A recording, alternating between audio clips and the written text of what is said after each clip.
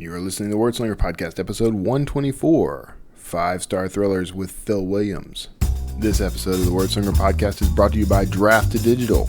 Convert your manuscript, distribute it online, and get support the whole way at drafttodigital.com.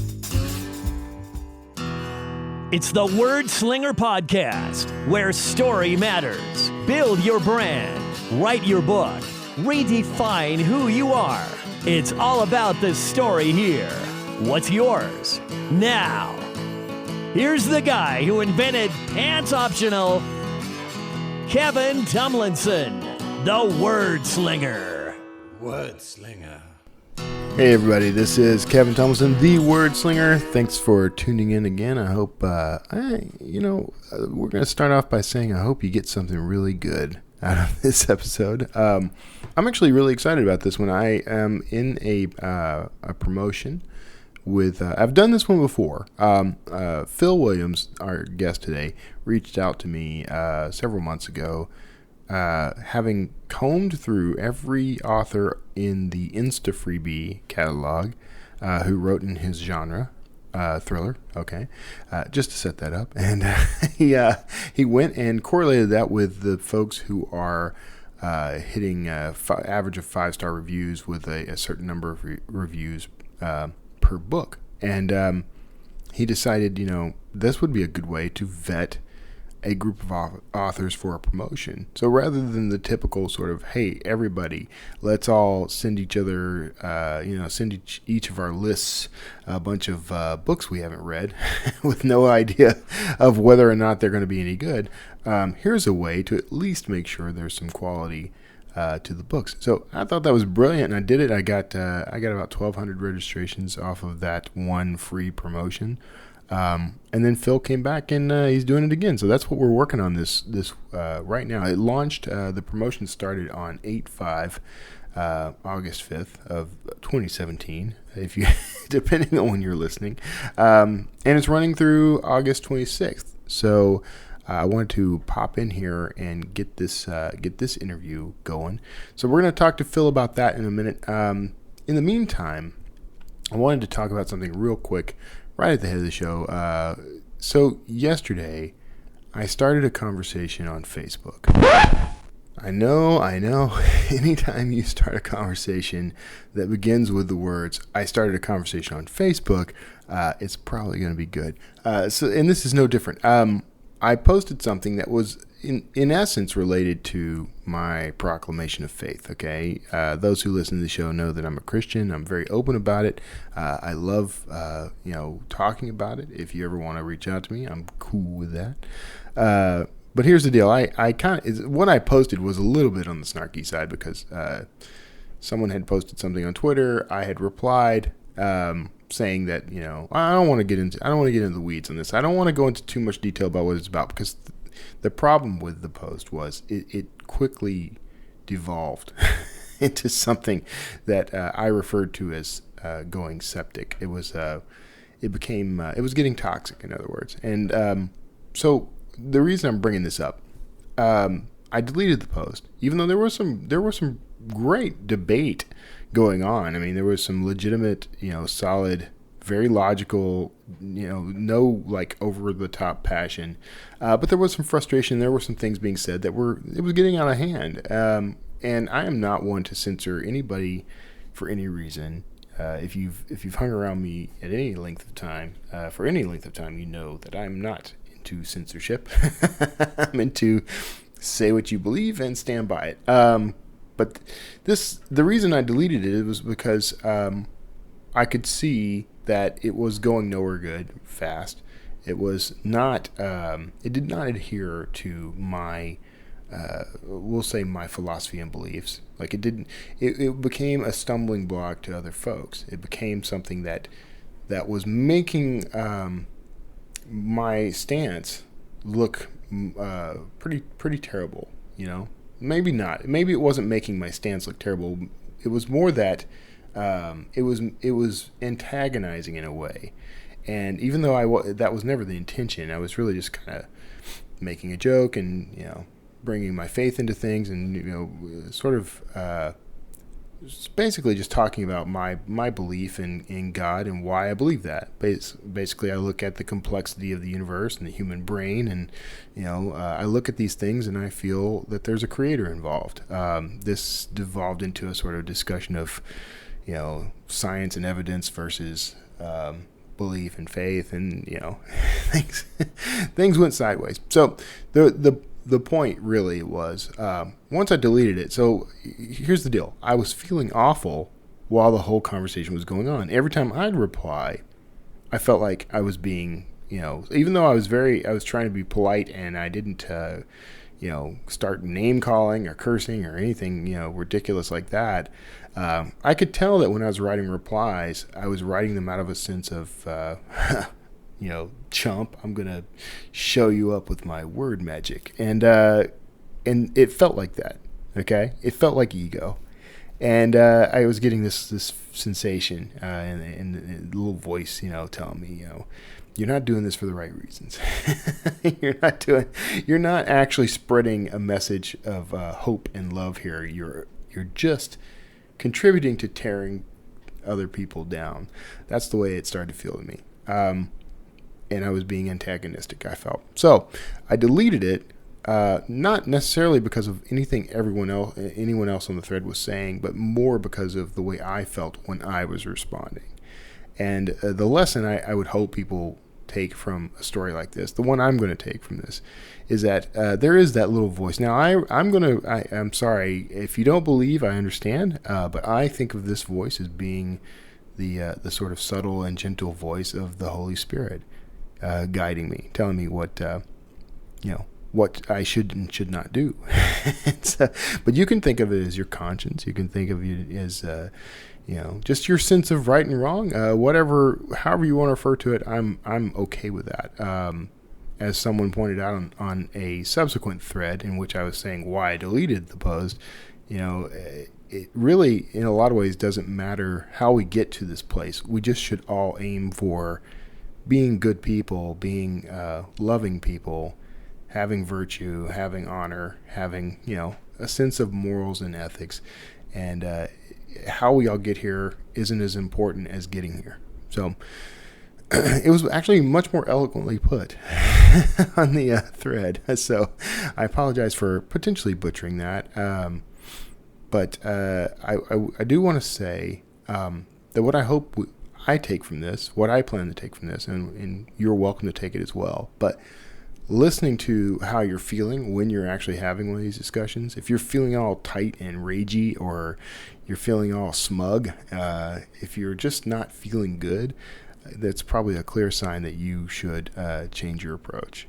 Whatever it is you're debating, whatever you believe, even if you are fully in the right, and I believe I was. I believe that my position was right. That doesn't mean that I was right. So anyway, we're at 8 minutes in. I don't want to drag that on too much. I just wanted to tell that story because I felt it was important. I felt someone might need to hear it, and I felt like I needed to say it. So beyond that, let's hop in. I want to do this. I want to get to this interview with Phil. He is the author of No Conscience, which is just one of a handful of books he's written. I think he's written 5 total at this point. And they, looking through them, are very interesting. I'll confess I have not read them, but I have talked to Phil at great length, and he's a very intelligent, very clever guy. I think you're going to enjoy this. And there was like a surprising twist here in that I did not realize his connection to this. I forget the term he used, and I wish I had jotted it down. But he has done in his past sort of like a design of landscapes and that sort of thing, landscaping, that sort of thing. So completely butchered that. Sorry, Phil. But anyway, let's hop in here with Phil M. Williams, author of novels and nonfiction alike. And I hope you enjoyed this, and stick around. At the end of the interview, we'll do some quick housekeeping and maybe a couple other little things.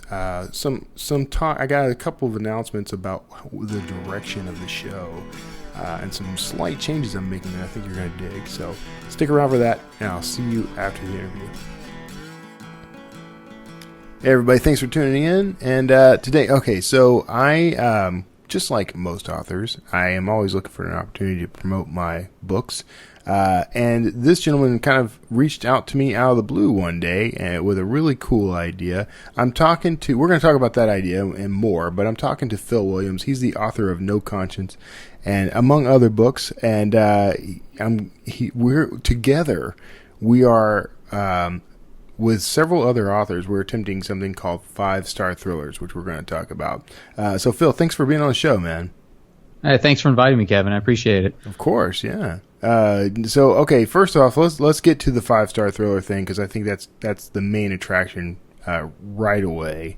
But then I really want to dig in on some other stuff, especially one thing in particular. I'm not going to spoil it for anybody yet, but so tell me how the idea for the 5-star thrillers came up and what it's all about. Well, it's an Instafreebie giveaway essentially for us, as far as the authors goes, for us to build our newsletter subscriber list, which is all great and everything, but I had an issue with it because I just signed up to Instafreebie, I don't know, maybe 8 months ago or so. And the problem I had with it, looking at it from, trying to look at it from the reader's perspective, is there's all these authors doing these giveaways, and there's not really any quality control. Right. So I noticed readers starting to get sort of fed up with the deluge of free stuff that's out there, and it's gotten to the point where, at least in my opinion, where it's not a price, and free isn't a problem for people. It's finding something that's good that they really like, amidst the millions of books that are out there. Right. So I started to think about, well, do I want to give away, do I want to be a part of one of these promotions, and then do I want to tell the people on my list, hey, you should check out these other books? And it felt kind of disingenuous to me because I have no idea. Maybe they're great, maybe they're not great. But I didn't feel comfortable, telling my list, hey, you should check out these books, and I haven't even done anything to vet them whatsoever. And Right. I'm certainly not going to take the time to read every single one. Right. Nobody does. I do read a lot of them, but I mean, it's tough. So I started to think about it. I was like, well, why couldn't we come up with something that, that maybe looked at Amazon reviews and used some sort of a quality rating? Because that was the closest thing I could come to some sort of a rating system. And I know that it's not perfect because, there's crazy people on Amazon that give reviews that are insane. And then, so I understand there's lots of books that don't necessarily get great reviews that are, in my opinion, great books. But I figured that was the best I could come up with. And so that's what I did. So I went through every book I could find on Instafreebie. I went through the entire blog all the way back to the very first blog post and cross-referenced every single book on Instafreebie from the beginning that are thrillers, and looked at them on Amazon. And then I came up with these crazy high standards of, had to have, I think the first one we had to have like 40 or 50 reviews, right, and everybody had to be 4.5 or higher. Right. And then this next one, we've sort of raised the standards even further, where I think it was like 70, and then it had to be 4.5 or higher. And I think I gave a little bit of a break if you had over 1,000, right, or over 200. I think you could drop to 4.4 because people tend to get really nasty when you get into the hundreds of reviews. I think they feel safer in a crowd to be jerks on your reviews. Right. But, anyway, so that's kind of how it all came together, and it's been great because it's been awesome to work with authors that are really very accomplished and have great work, and then I feel very comfortable, and everybody else should scream into the rooftops to their people, say, hey, check these out, these are good books. Yeah. I feel much better about it. I've had several I occasionally get people who approach me and ask me to send some promotion to my list, which a lot of times I'm happy to do. It just depends on who it is, really, and if we have a relationship before that starts. But, it's always iffy, too, because like you say, I don't have time to read everybody's books, Right. We're talking hundreds, thousands of authors sometimes. And right. Yeah. So this was, I thought, a clever idea, which is why I was excited about it from day one. So how many authors have you had participate so far? Well, the first one we had 13 when you were one of the 13. Yeah. And then this next go round, we lost like 6, which I was surprised. 2 people were just like, hey, we're not promoting this month. Okay. And then the other people I just never heard back from. Nobody said, hey, I don't want to do it, or I didn't have good results. We actually had the average person got about 1,000 new subscribers with the first one, which was awesome. Yeah. But then I picked up another 6, so we've got another solid 13, which is kind of good that we get some influx of people. So it's not, because if all my people already downloaded your book, you're not going to get anything off of my people again. Right. You know? Right. Yeah. But all our lists are, of course, still growing. So it is sort of, 4 months later, the mix is a bit different. Right. But we sent to about 100,000 newsletter subscribers the first go round, and we're about 130,000 for this go round. So we've got some pretty big numbers. Hopefully it'll go well. Yeah. I've had a pretty big response from the email I sent, and I'll probably send like a follow up soon just to make sure people check it out before it's in date. But, right. Yeah, I had quite a few people click through. So out of great. like a 30,000 subscriber list, that's not bad. So that's great. So you're right. Last time I believe I got something like 1,200 new subscribers out of that deal, that's great. You did a little bit better than me. I think I was right around 1,000. Yeah, that's not bad at all, man, for a free promo. Yeah, I was very happy with that. Yeah. So, but it all depends on Instafreebie. So I guess your overhead is that you're paying the $20 a month or whatever to be part of Instafreebie.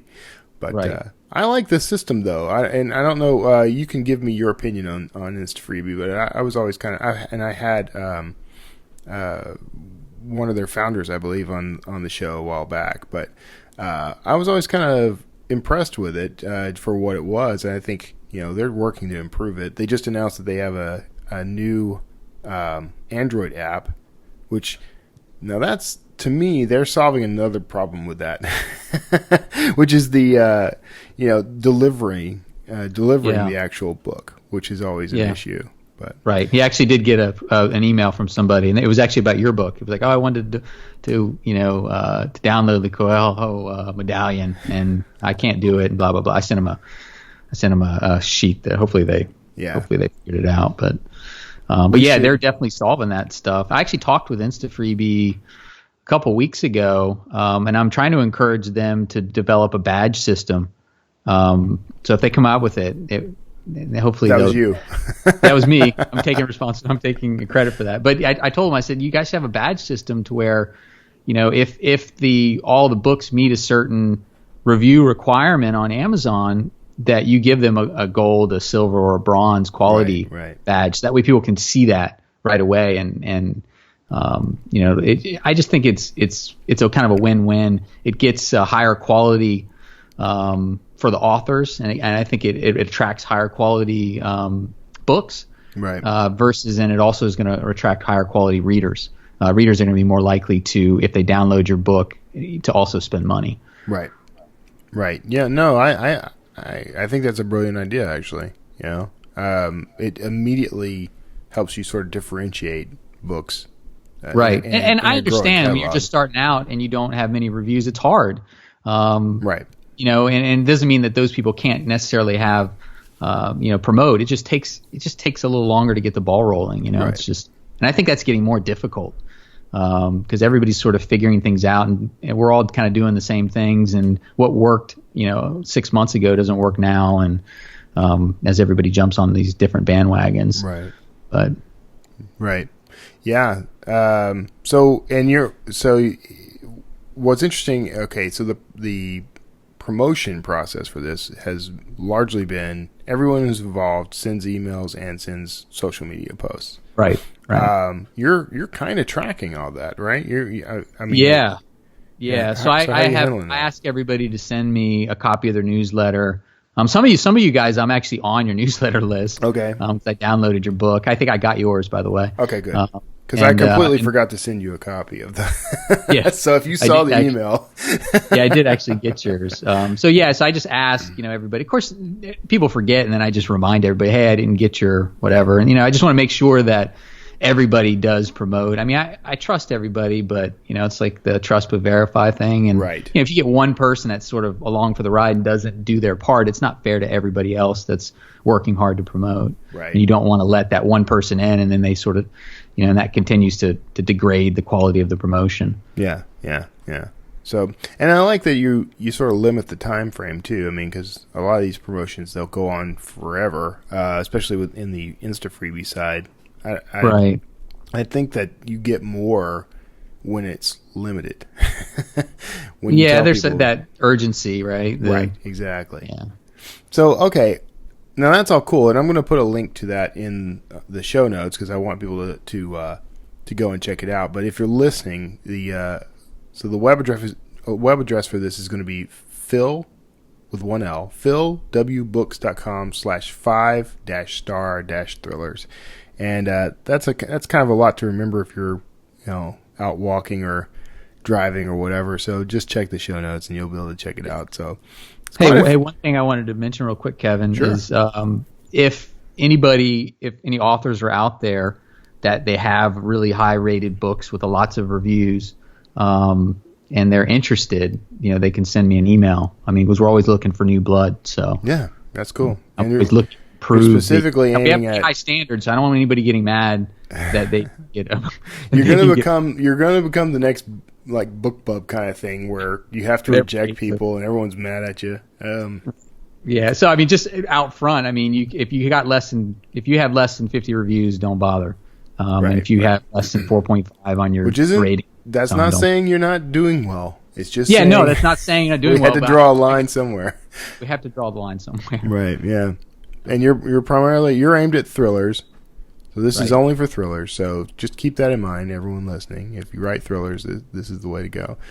Which is not to say you can't organize your, steal the idea. I don't think Phil minds. Yeah, absolutely. I mean, I told Instafreebie, I was like, they're gonna come out with a romance one. I mean, they're gonna do all this stuff. People are gonna start doing it, I think, because it's worked well for us, and I think it's, I don't know. Well, and one of the reasons I kind of dug what you did here, you put a lot of work into this, by the way. So I do appreciate. Thank you. What you're pulling off. That. I know this had to be a lot of work because you got a whole different web page. You had to build that. You got, emails back and forth with Instafreebie. You got to contact and email back and forth with the authors. Right. So yeah, I imagine this is quite a bit of work, but you did a great job. I applaud you for it.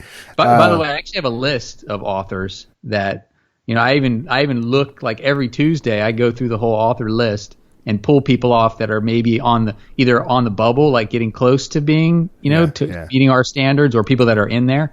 Yeah. So I may already have your name. Some people out there, I may already have your name on my list.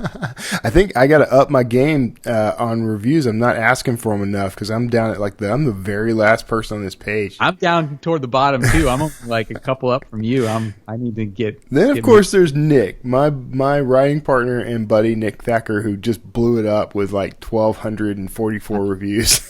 I know. Jerk. I know. Yeah, it's it's like the standards keep getting higher and higher, and I hate to outstandard my own book. You're off the list. It's like somehow the minimum is always the exact number of reviews I have. Right. Exactly. That's cool. No, I'm terrible. I don't ask for the reviews enough. I know I need to. I need to. I don't. There's no excuse not to. I don't know why I don't do it.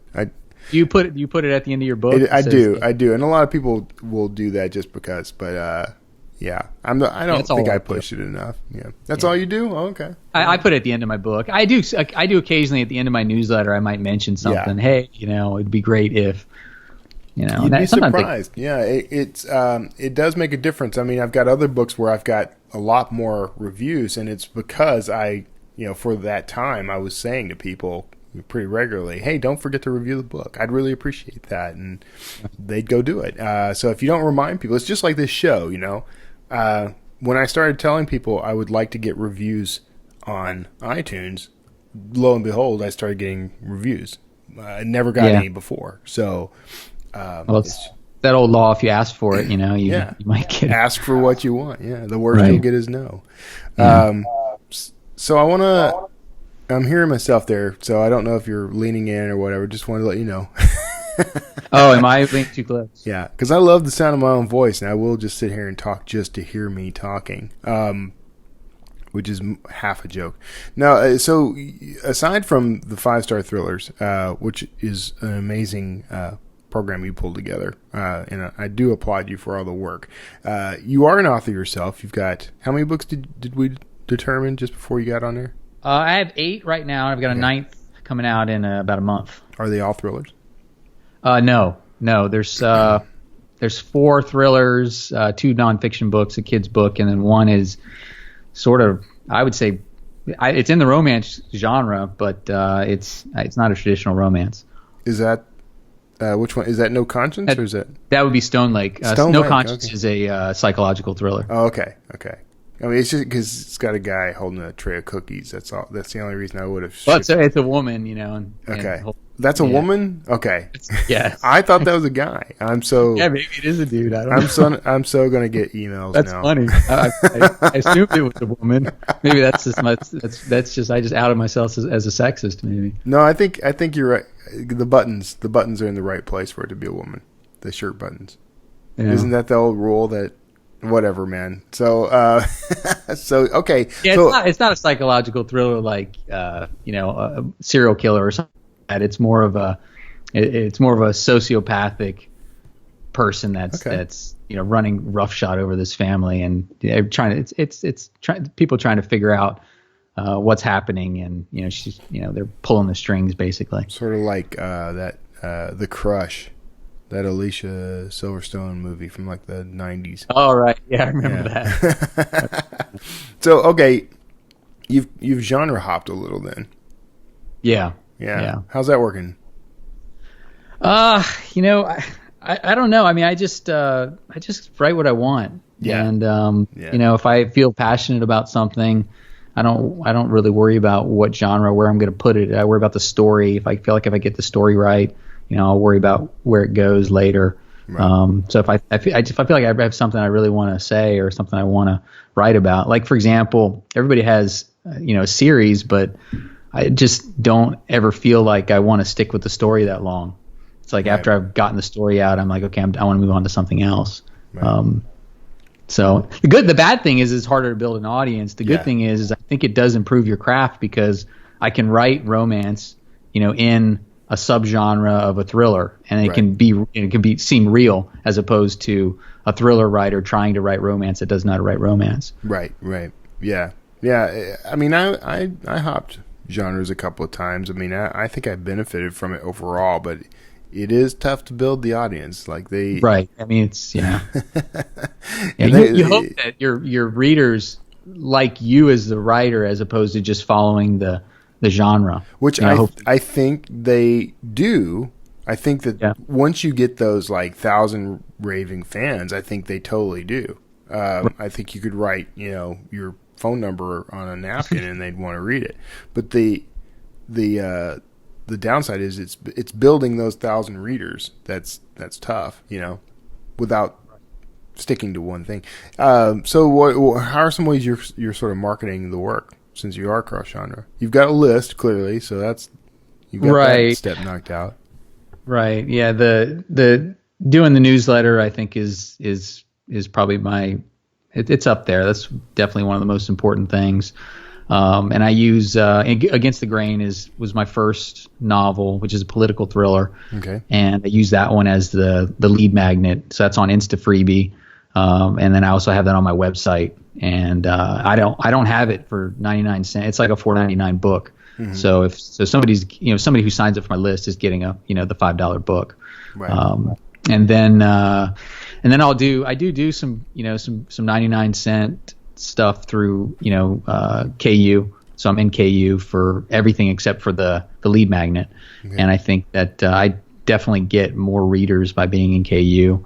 And I am doing Amazon. I just started doing Amazon ads. I've seen a little bit of success there, not a lot. I'm wondering if it's another one of those, it's like Facebook ads. I used to get a little bit of traction there, but now I've stopped those entirely because it's like everybody's doing it and now everything's too expensive. Yeah.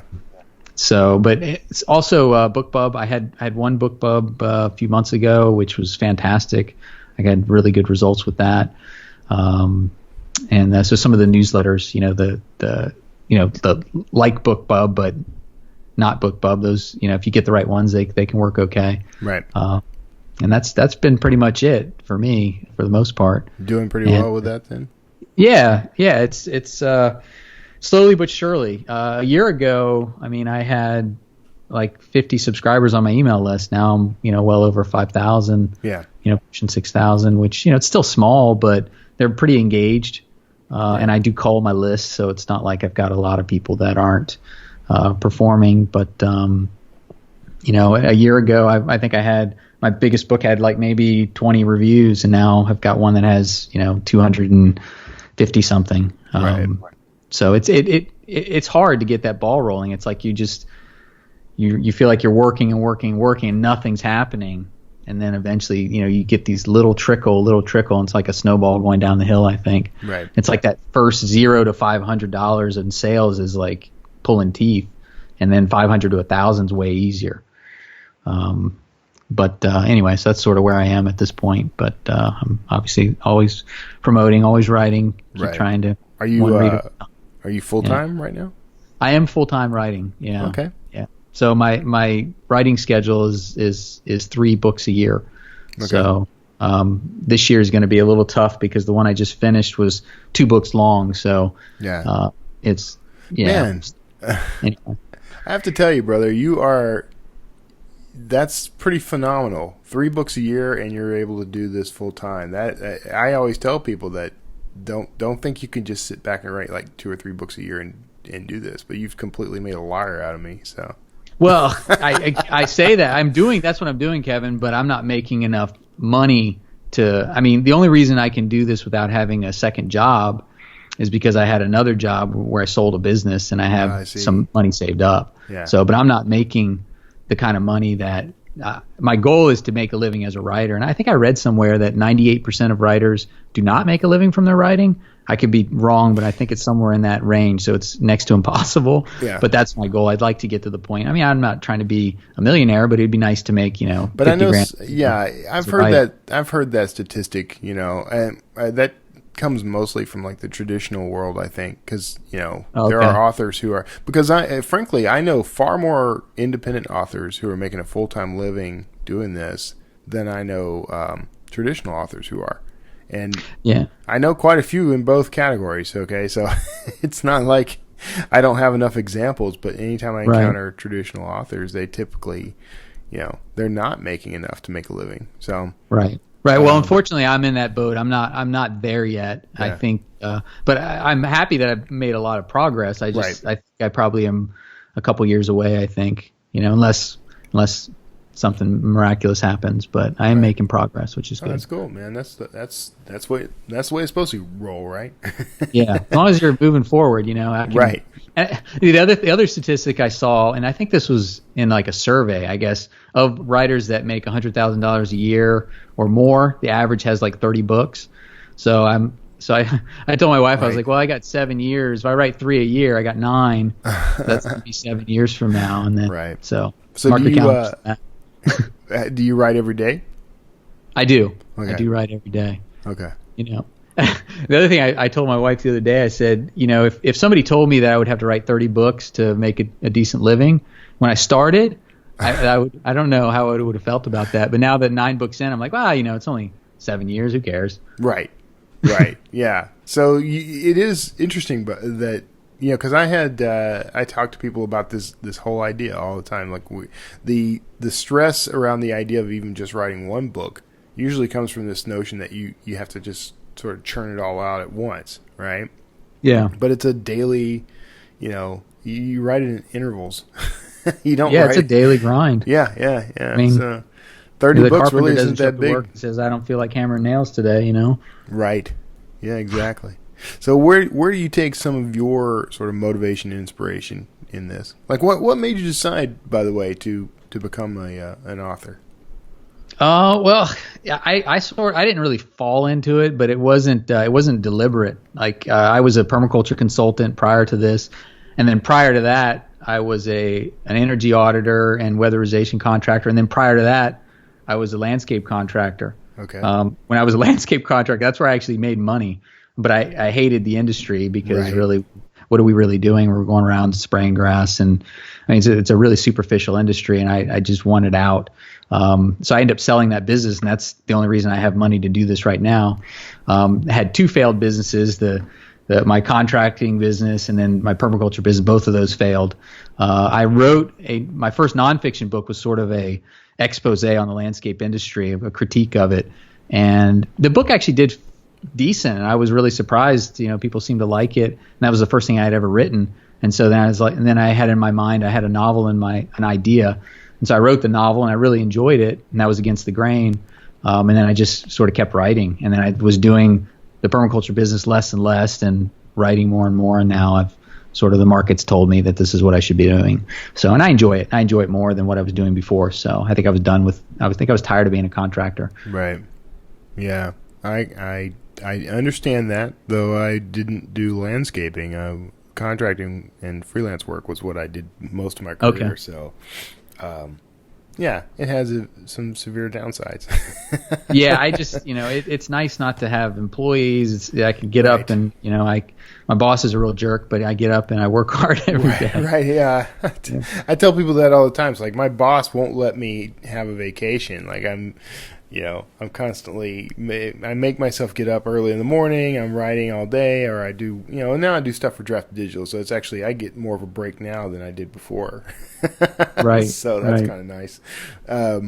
Cool. Yeah. So the landscaping thing, you have a website aimed around this. This is what I was kind of hinting at earlier. You have foodproduction101.com, which that was right. You'll see my farm basically there, and you'll see, and that's my permaculture business. Okay. And I've actually stopped taking clients. It's still up there. I mean, I have people call every now and again, but I haven't taken a client in probably a year. It's just, I love doing permaculture. I like having, we have unbelievable amount of food that's growing on this property. I've planted like 2,000 trees over the past 5 years on this property, and it's great. It's a beautiful property, and I enjoy working the land here. I just don't want to do it for somebody else because it's a lot of hard work. I have an injury to my elbow that still hasn't healed. I'm getting old. I can't be doing the kind of work I used to do. So right. This is so all these photos are from your farm. Yep. It's a nice looking place, man.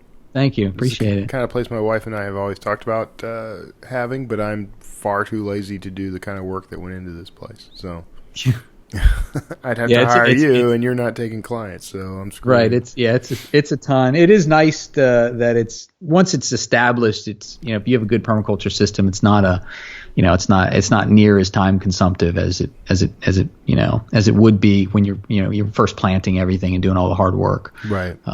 So now I'm like maybe 15, 20 hours a week outside doing stuff, and the rest of the time I'm 60 hours working as an author. So right. So tell me what does permaculture mean exactly? Permaculture, it's a design science. Science that mimics a lot of natural systems, basically. Okay. All right. So, for example, like if I was going to grow an orchard, I wouldn't just grow an orchard of rows of trees. I would try to grow an orchard that was grown more like a forest. Okay. So I'd mimic the forest systems.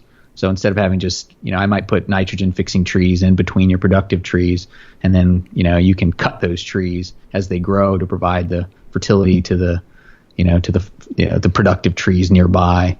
You would grow, ground covers of things that you would find, when a forest is succeeding. Yeah. So, yeah.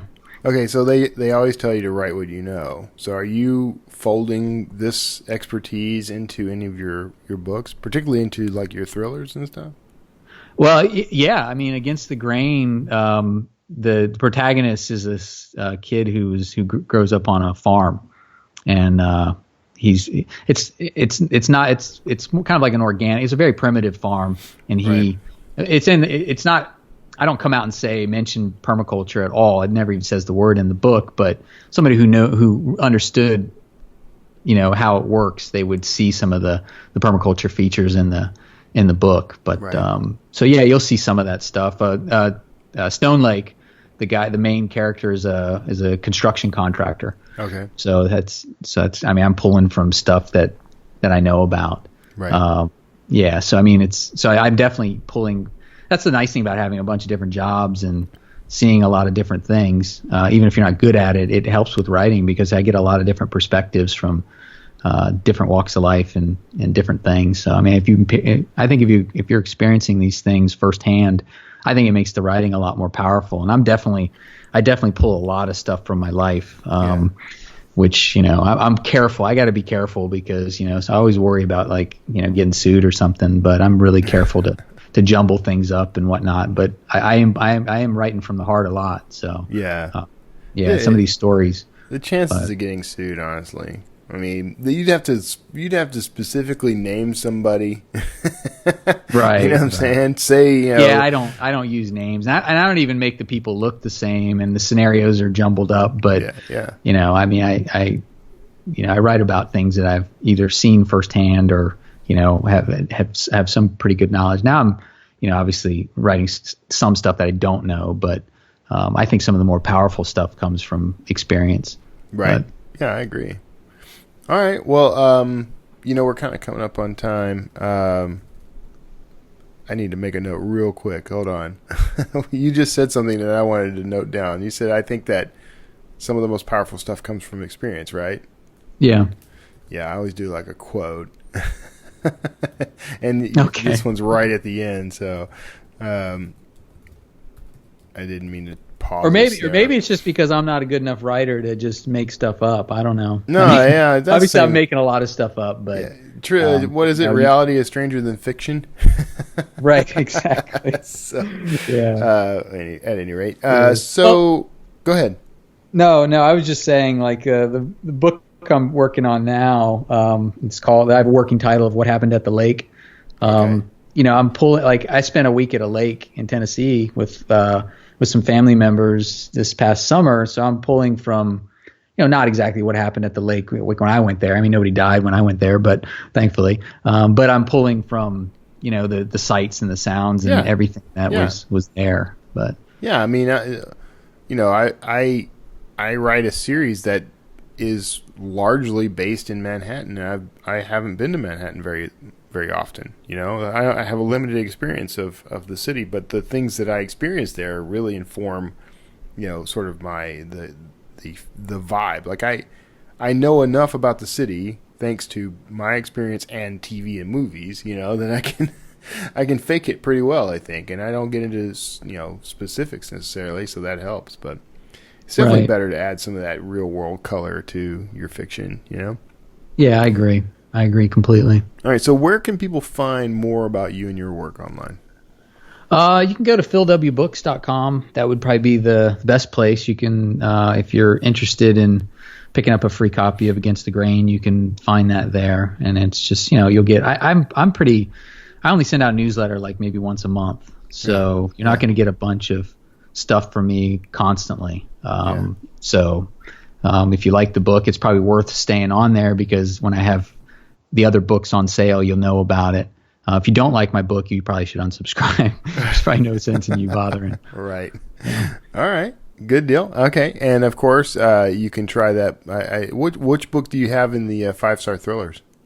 Against the Grain. Against the Grain. So you can. Yeah. So you get this. You can either get there through my website or through 5-star. It's the same thing. Right. Same thing. Right. So go and if you do it through 5-star thrillers, of course, you could try out a whole bunch of free thrillers.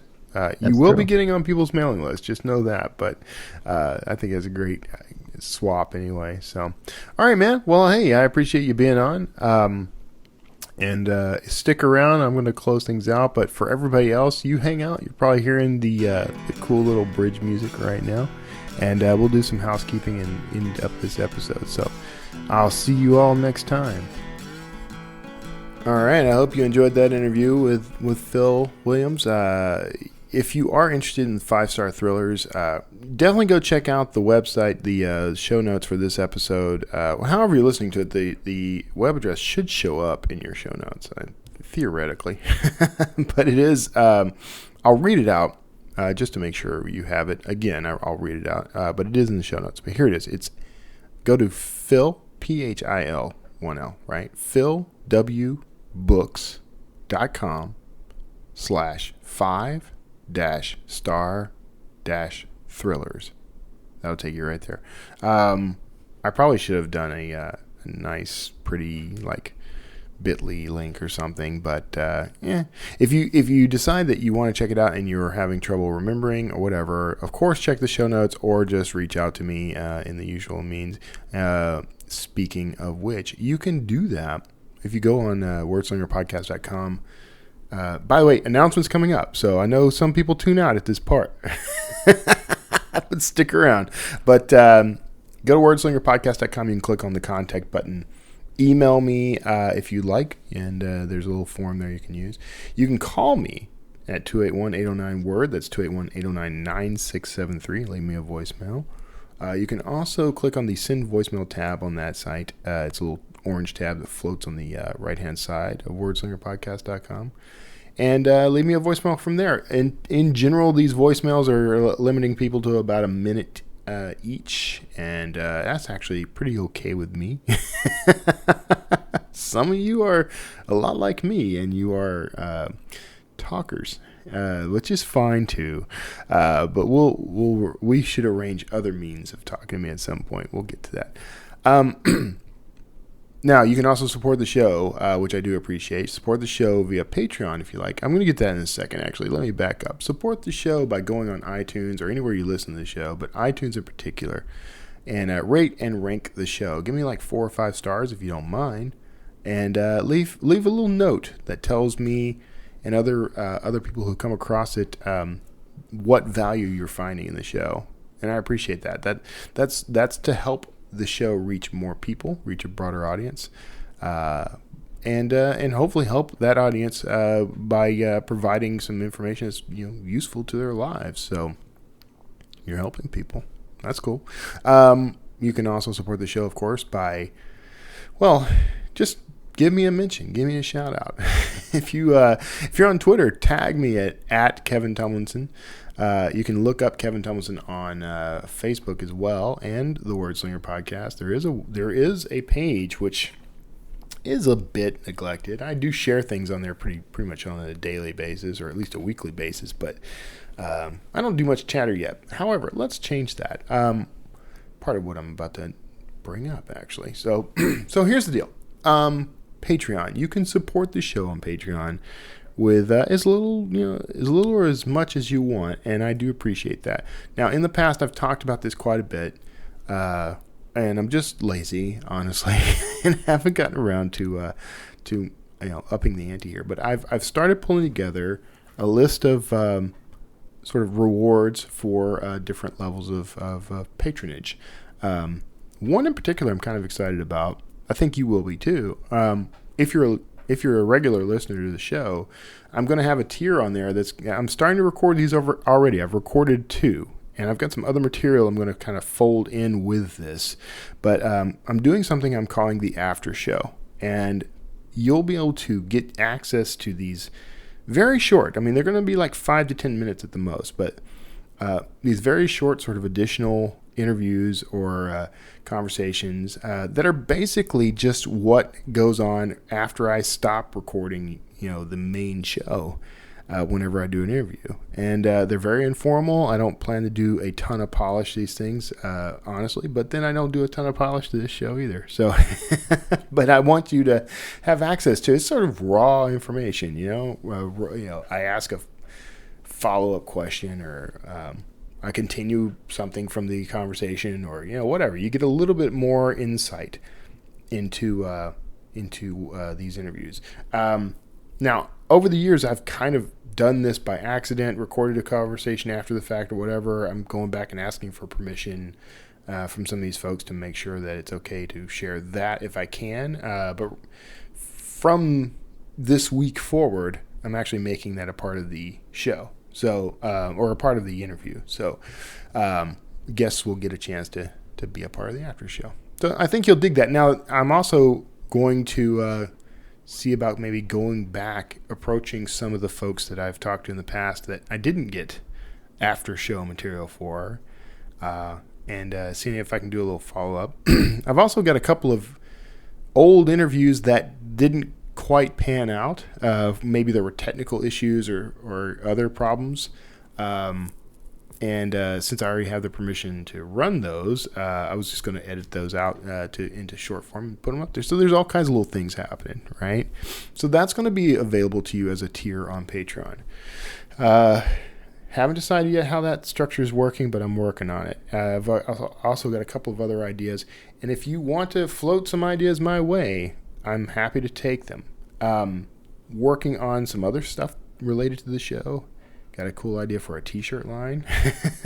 So I've been doing this thing on Facebook and Twitter where it's hashtag Kevin Quotes Kevin.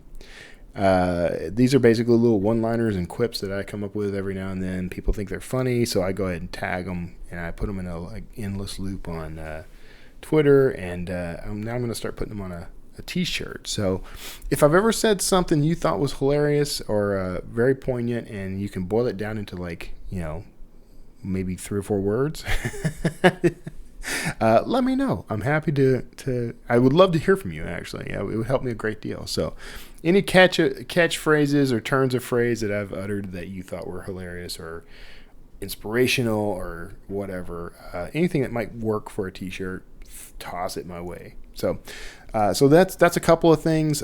Basically what's happening is my wife and I had a conversation last weekend. And it was sort of she started kind of digging in and learning a little more about affiliate marketing. And, I told her, that was something that I've done a little bit of. But I've always had kind of an issue because it's very time consuming, or can be very time consuming, but it's worth it. So she's become interested in it. And now we're thinking, WordSlinger is a pretty good platform for just kind of creating things that are going to be useful to people beyond just the podcast. I'm looking now I had a interview this week with someone that has a successful YouTube channel, and looking at that as an option, and which I've tried before, but now I have some ideas. I now have a little bit more of an idea.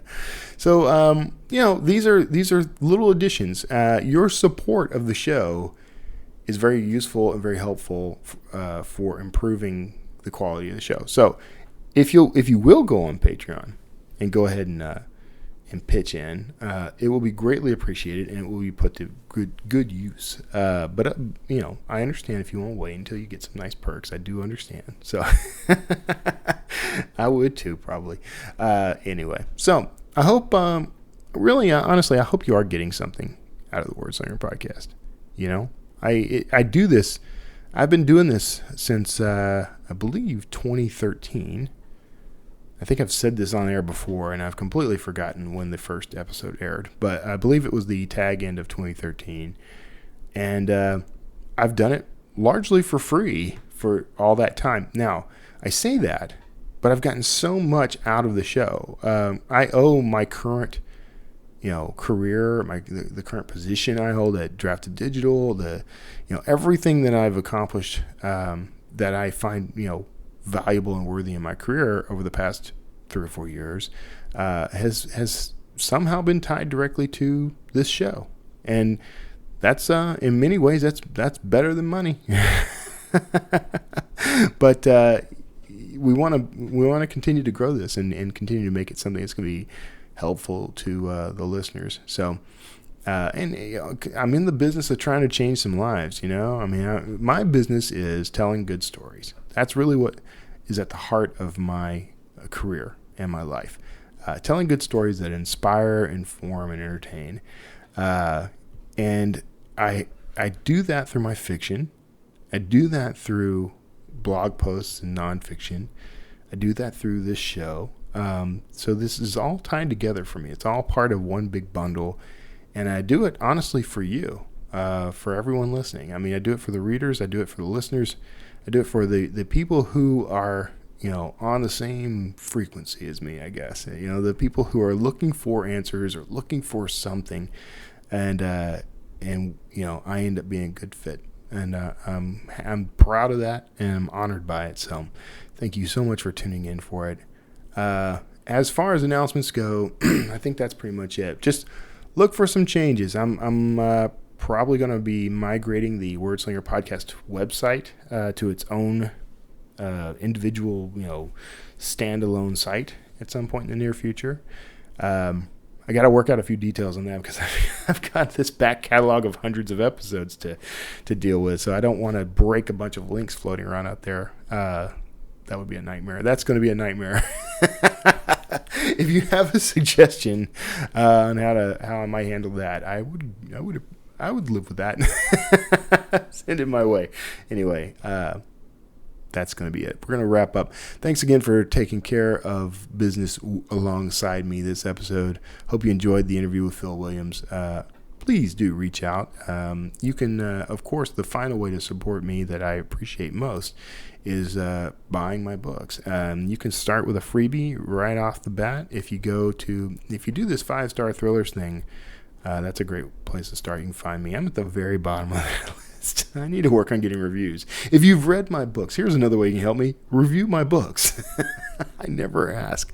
So I'm terrible. I don't follow my own advice. Anyway, take care of yourselves out there. God bless you. We're going into another weekend, so I hope you have a good and safe one. Stay close to your families. Give them a big kiss and a hug for me. And I will see you next time.